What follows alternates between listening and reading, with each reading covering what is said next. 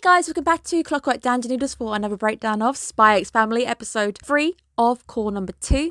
Already on number 3, very exciting stuff. Make sure you guys are subscribed because in about 3 weeks time you get my midway review. These things kind of spring up quite fast on me, so I'm making sure I'm ahead of myself. I have started compiling what's interesting, all the OPs and EDs and what I think so far. In this midway review, I'm going to give you my thoughts so far. Season is kicking off to a fantastic start, literally in some animes. Lots of good stuff going on. Can't wait to review it all with you midway through. You guys are getting about 4 or 5 breakdowns each week now because I am doing my small format. Chainsaw Man was the first one to get a small format. Next small format is the Raven of the Inner Palace because I've got a couple of episodes now to review on that, so I've got some stuff to say. But thank you guys so much for tuning in once again and listening to my thoughts on episode 3. We finally have the name. I can finally say it. I saw it ruined. I don't know when. I think I saw it quite early on when somebody must have posted it and then Bond was there and I was like, who the hell's Bond? And then I was like, okay. Bond is the doggies. A happy ending to the dog plot because there was a bit of concern, myself included, that the dog would end up dead. It didn't, and I like the fact that Lloyd found a way to dispose of the bomb and save the dog, which is quite nice. I also noticed when Lloyd stood up and the guy realised that it wasn't the minister, he had the green contact lenses in, which is quite cool. I was gonna sin him for suddenly not having contacts because he definitely had contacts when he was the minister, but he does keep him in, so it's quite cool to see Lloyd with green eyes. They suit him, but I do like his blue eyes a lot better. I love Yor. Yor at the moment has been playing a bit of a second fiddle to everybody else in the plot. It's important to note that she is still the one who beat up the main terrorist. She does actually end up kicking his car and somehow he hits a pole and he knocks himself out. She is definitely very important to the plot, but she's definitely not taking a main role right now. I do like the fact that on the phone she's all like, oh no, I'm just a housewife, it's okay, goodbye, and just hangs up on whoever's talking to her. I enjoyed the moment when Handler crossed paths with the family. I thought that was really, really fun. Love the fact that we immediately see Anya knowing exactly what strings to pull in front of the new lady as well, that this is how I'm going to guilt trip my dad. I'm not going to go to school if I can't have this dog. It's those kids who end up working out exactly what strings to pull if they want something and they know exactly what to do. And they're generally quite meticulous about also pulling those strings. A character who I've been really enjoying in the past few episodes is Handler. We do get another fantastic Handler moment this week. I kind of figured as soon as I wrote down, does she see something in Anya? She's called Important Lady by Anya. Handler has that dark, sad past, and we had a glimpse of it last week. And it's this moment when she says, I had a daughter, meaning that during the war that she's seen and all that horrific backstory to her, her daughter died. Anya is reminding her of something that she lost. I'm liking the darker character. I'm also loving the darker undertones. We do get another dark moment a bit later on that I want to talk about. I think with Spy X Family, it's very easy to get lost in the colours of everything. We do sometimes get those moments where the darkness just kind of rears its head, and I think it makes for a bigger contrast when you're watching something really colourful and then suddenly there's a dark moment and you'll remember that actually this plot is quite dark. We're centering around the fact that there could be a war. People have died. There's been wars. People have died. I like the fact that the dark past, and especially that dark speech we had last week, it makes Handler a very relatable and human character. Up until this point, she's just been a fantastic design, but now I look at her and I see somebody who wants to stop the war and has no other desire but to stop the war. Very similar to what we see with Lloyd. He's had enough. People have had enough of the war. That's why this mission is very important. I did giggle a little bit at the field trip line where she goes, the field trip hasn't ended until you go home. That is the school right there teaching safety as a huge success. I also love how serious she suddenly becomes, despite the fact that Anya hasn't really executed much on the way of safety anywhere during the last few episodes. She's finally being safe once it's all over. I did do a bit of research. It was bugging me. There was a point when I thought Anya was Factor from Made in Abyss. She isn't, but I got a big shock when I found out that she's Vivi from Vivi's Fluorite Eye Song. Very, very shocked. I don't recognise the two, so she's doing a fantastic job at creating Anya as a different person from Vivi. I don't see the two in each other at all. I thought she was Factor, so I was going through all of the roles she'd been in. I don't think she's even been in Made in Abyss, but for some reason, one of her lines made me go, Factor, is that you? A new Anya being born after her being a hero, her realising that she's saved the world and she's had a taste for being a hero and she wants more. And it's that face when she suddenly realises that, hey, I've got even more drive now. I'm going to befriend Damien. This is going to happen. And it's quite scary, the face that she ends up pulling. But however, me and Damien did end up saying the same line at the same time, and it was a And it's like, yeah, you've got a dog, well done. Damien has a dog. Damien already has one. I don't know how long he's had it for. I think sometimes you get that with kids where they've grown up with a dog and they're like, okay, cool, I've got a dog. But then you've got the kids who have grown up without a dog. To them, I want nothing more than having a pet. That's the difference between Damien and Anya. He takes it a little bit for granted that, I've got a dog. And he does love his dog. I think there was a picture of him hugging his dog. He's also a person who, I've had a dog forever. I don't understand what's new, what's exciting about this. But it is cool to see it working on Becky, and Becky's all like, I want to come around your house. Let me come around your house. And then Anya just walks off and it's like, okay. She's just like, leave Becky behind. Did like the fact that he felt really bad though. He sees her face and her collapsing to the floor and he feels really, really bad. And then suddenly he realizes that the dog doesn't actually have a name, and it's just like, okay, I'm going to leave now because that's really, really tragic. I can't wait to see how he feels a bit later on when we actually do reveal that Bond now has a name.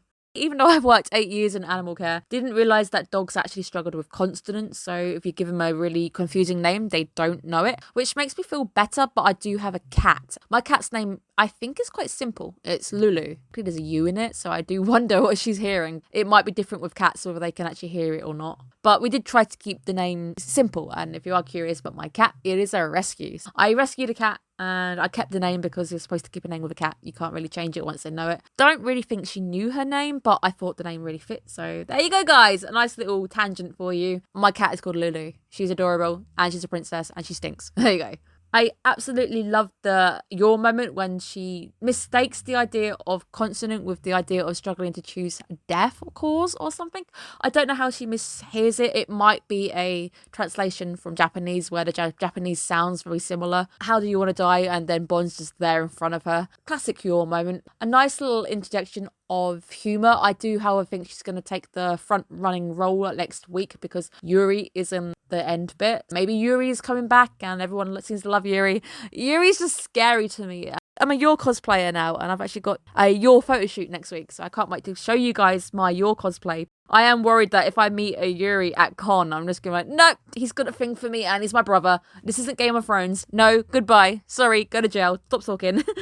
The big, very important question when you're getting a pet. How do we pick a name? It's the most important part. With Lulu, I left it the same, but I have named animals. I have 2 rabbits. One is called Shrimp because he's tiny. He was tiny when I got him. He's a little bit fat and round now, but he's adorable. He's an Evelyn dwarf. And I've got Chica because Chica after, well, Markiplier calling his dog Chica, but technically it's Chica from FNAF. I guess she is kind of scary. She is a Neverland dwarf too, but she is a blind Neverland dwarf. She will occasionally bite, which I think is appropriate with the name. She doesn't bite because she's mean. She just bites because she doesn't actually see anything. But I do love how eager Anya is and how seriously she takes her role. She goes around the dog park trying to ask everybody, how did you pick a name? How do I do this? I also enjoyed the part when she's trying to give these really big long names. Pretty sure there's more Easter eggs than the one I'm picking out on because I heard the Charlie Angel reference. Pretty sure there's more there. I don't remember if Atomic Blonde is a movie or I'm just like thinking of Hair Dye right now. I think that's a movie. So there might be a few different ones when she's trying to name the dog initially. I also love how hyper she was when she first arrived at the dog park and she was running around and screaming. Great writing. Just the moment right there is just like, yeah, I can actually see a child doing that. I can physically see a child running around backwards and forwards and realising that the dog's not doing anything and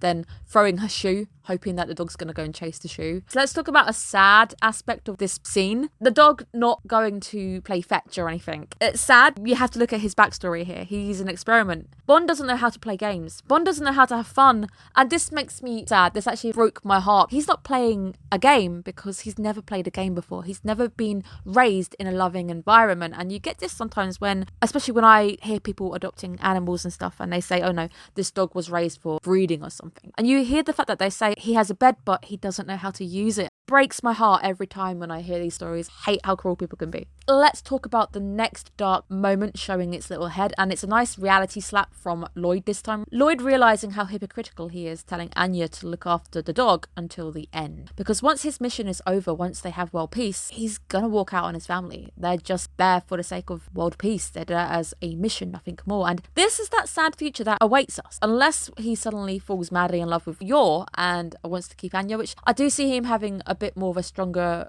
bond with Anya, as well as his mission to be a spy. I don't quite see him just yet dropping everything to be a family man. I don't really see it at the moment. This is the fact we have to deal with, is everything right now is a facade. It also brings the genius of the OPs and the EDs. Everything's always bright and colourful, but there's always these moments where the OP and ED will flip and give you dark colours. Realism that is actually lurking underneath these bright, beautiful colours, because not everything is bells and whistles. It's actually got a dark bit underneath it as well. The name Bond Forger, of course it's the James Bond reference, but as well it makes sense because it's Anya's favourite show in the entire anime. I love the necktie as well, because obviously James Bond, bow tie. He has a bow tie. Really, really like it. I thought that was a fantastic name, and of course it's one of those names that once you hear the name, oh yeah, it could be nothing else. I can't even imagine a different name for this dog. The next moment where Anya eats the dog food. Every child eats dog food. People might deny the fact that they've eaten dog food, but you did. At one point you did, and you just don't remember it. For me, I'm pretty sure I ate dog biscuits when I was very young. We did actually have a dog. I was raised around 2 dogs initially when I was young. One of them was the Dulux paint dog. I've never learnt the breed on this one. Someone can enlighten me what breed she was. I think it's a sheepdog or some sort, but yeah, we had a Dulux paint dog and we had a Yorkshire Terrier. I just remember the Yorkshire Terrier because she lived to the age of 16, and basically I grew up around the Yorkshire Terrier. But everybody's eating dog food at some point. I work in animal care. A fledgling colleague, when they come to join us, I've seen people eat dog biscuits, dog food, cat food. The works. We also sell dog wine. It's technically just like broth or something. There's no wine in it. I've seen people drink it as well. It just seems to be a bit of a rite of passage. I don't think I've eaten dog food once I've started my job. Ever since I was a kid, yeah, sure. 4-year-old me ate a dog biscuit. I haven't eaten food since joining my workplace, so maybe all these 8 years have been a lie. I don't know. I've never had that rite of passage of eating dog food, and I'm not going to. It took me this long to realise that the Bond Man theme was actually the Spy X Family motif that you hear in the score. Great link. I just didn't notice it. I'm just really, really slow. Then the final moments, you're acting like a proud mama, going, oh my god, my kid's falling asleep. It's so cute. I don't want to wake her. Come over here, darling. Happy moment to break from the reality slap that we had from Lloyd a bit earlier on. Nice to see a wrap up to the Bond situation. We're going to go back to school now, go back and see what's going on there, because that is still our main plot. We need to further that plot now.